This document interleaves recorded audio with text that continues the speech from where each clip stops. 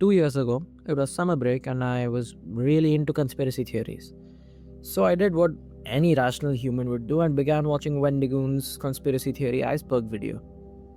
While watching the video, I came across a theory that suggested that the blue I see isn't the same blue that you see. That's when I began to wonder, could this actually be true? This concept is called qualia. Qualia refers to a private, personal cognitive experience that only you can feel. Things such as the pain of a headache, the smell of a specific food, and for the purposes of this video, how you perceive color. It was popularized in modern times by a neuroscientist called Patrick Meinhold. Patrick was at home with his wife one day. They had a blanket at home, and the blanket's color seemed to be obvious to both people. But when they discussed what color they thought the blanket was, they were perplexed. Meinhold saw it as 100% green, while his wife saw it as 100% blue. This caused Meinhold to start a website on the same topic that shows you a series of shades of blue and green and tells you to identify whether the color is more blue or more green to you. Take Minecraft for example. Imagine you're in a ravine. You stumbled upon some diamond ore. To your friend, it appears perfectly blue, not a hint of green. To you though, it appears to be slightly more cyan than anything. Does that mean either one of you is lying? Not necessarily, because it could just be that your color perception differs to your friends. In football, you usually have football kits. You tell your teammate how the opposing team's away jersey hurts your eyes because of its neon green color. Your teammate says that it's more of a lime green than a neon green. In this case, again, yours and your teammate's color perception differs. If we assume this individualistic color perception theory to be true, that would signal a larger philosophical meaning. Even color depends on individual experiences rather than being an objective truth. Look back at the Minecraft example. When you look at the diamond ore, your brain begins searching for colors it has previously seen that are similar to the color of the diamond. Your brain stumbles upon cyan because it seems like the closest match to you because that is the closest color to the color of the diamond ore that you have experienced previously in life.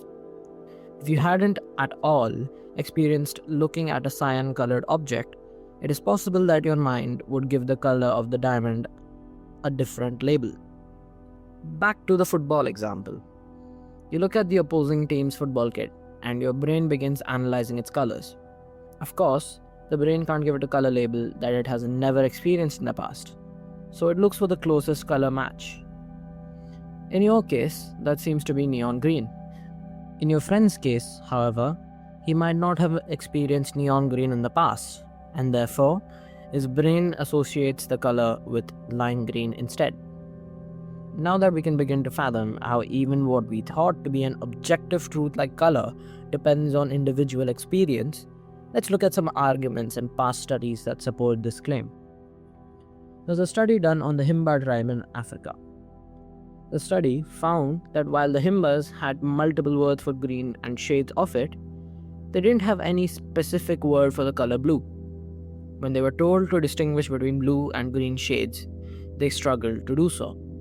But when they were told to distinguish between shades of green itself, they were far better at doing so than English speakers. This study points to a theory that color perception may differ according to linguistic and cultural traditions, although people have criticized these studies for their simplistic and sensationalist representations of the difference in perception. They specifically argued that the BBC used journalistic fabrication and over-exaggerated the magnitude of difference in identification of the colors. Brent Berlin and Paul Kay had done a landmark study on how, as languages evolve, they climb a ladder of color terms in a mostly predictable sequence. They first make words for a dark, cool color such as black and a white, warm color such as white. If they have a third color, it will almost always be red because of the significance of blood, fire, and ripeness. They then introduce green and yellow to represent things in the environment such as the sun or the lush greenery. After this, they then bring in blue for the waters in the sky, brown for tree trunks and mud, and finally, they bring in quote-unquote refined hues such as purple, pink, orange, and grey. This may point to the theory that color perception depends on how far down this ladder a language is. Let's consider this. If language does shape objective realities such as color perception, what else does language shape? That is what the Sapir-Whorf hypothesis deals with. It suggests that linguistic structure shapes the thinking, perception, and interpretation of its speakers. If you are bilingual, think of an emotional expression that makes sense in one of the languages you speak, but you just can't seem to express it in the other language. The theory says that speakers cannot conceive or perceive things that are outside of their linguistic framework. Where there is a hypothesis, though, there is criticism as well. Critics stated that people are capable of conceptualizing ideas even when they can't put them into a sentence themselves. Whorf was also criticized for claiming that the Hopi-speaking people didn't have a concept of time because it isn't in their language, when in reality, they do have some concept of time. Let's continue with the assumption that language and experience shapes perception.